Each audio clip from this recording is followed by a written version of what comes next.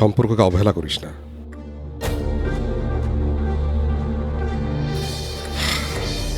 ছেলেটা আমার চাইতে অনেক ভালো।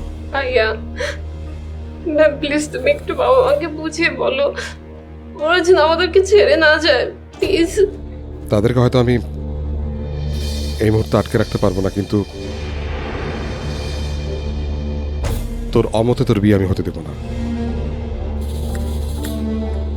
কথা দিলাম। আর শোন, ব্যাগ থেকে কাপড় চোপড়গুলো বের করে গুছিয়ে রাখ, চোখে মুখে পানি দিয়ে ঘুমানোর চেষ্টা কর। চেহারা কি করে রেখেছিস? হ্যাঁ,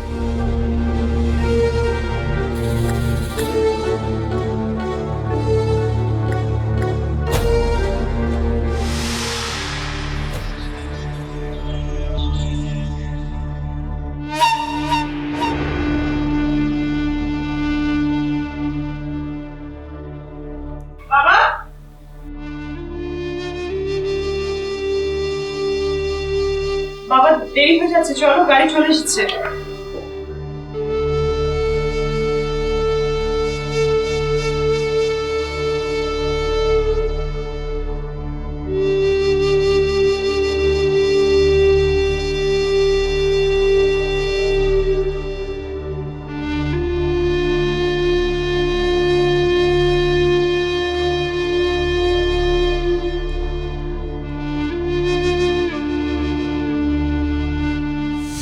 তুমি যখন পুরোপুরি সুস্থ হয়ে উঠবে তখন তুমি প্যান্ট শার্ট পরে, হ্যাঁ, ওই বিদেশি মেম সাহেবদের মতো সেজে গুজে তোমাকে সাথে নিয়ে রাস্তায় রাস্তায় ঘুরে বেড়াবো। হ্যাঁ, তুমি যাই বলো না কেন, আমি জানি মাঝে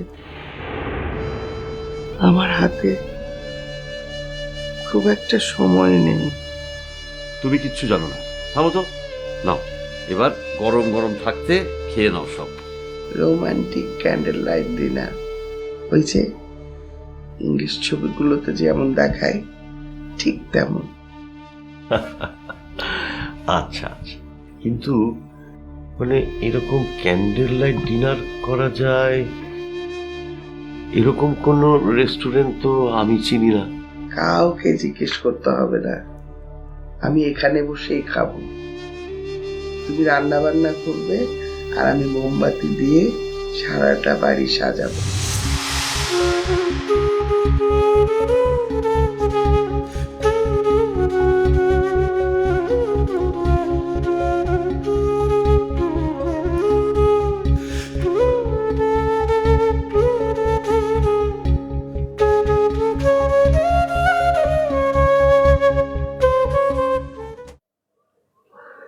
গুড মর্নিং। হ্যাঁ উকিল সাহেব, আমার ফাইলটার কি অবস্থা? গুড গুড গুড গুড, ঠিক আছে।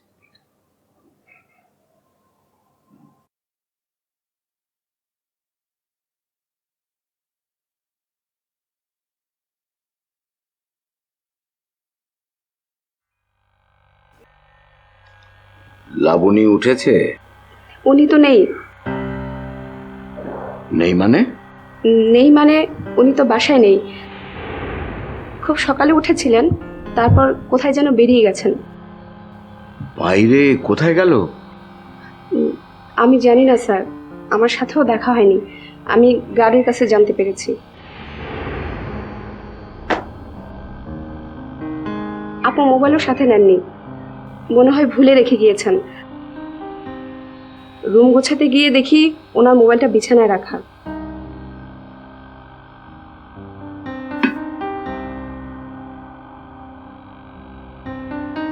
আচ্ছা ঠিক আছে, তুমি যাও, আমি দেখছি।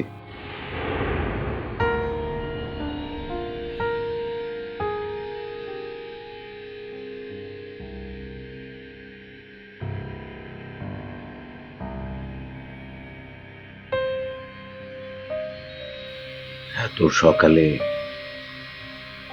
মেয়েটা গেল কোথায়?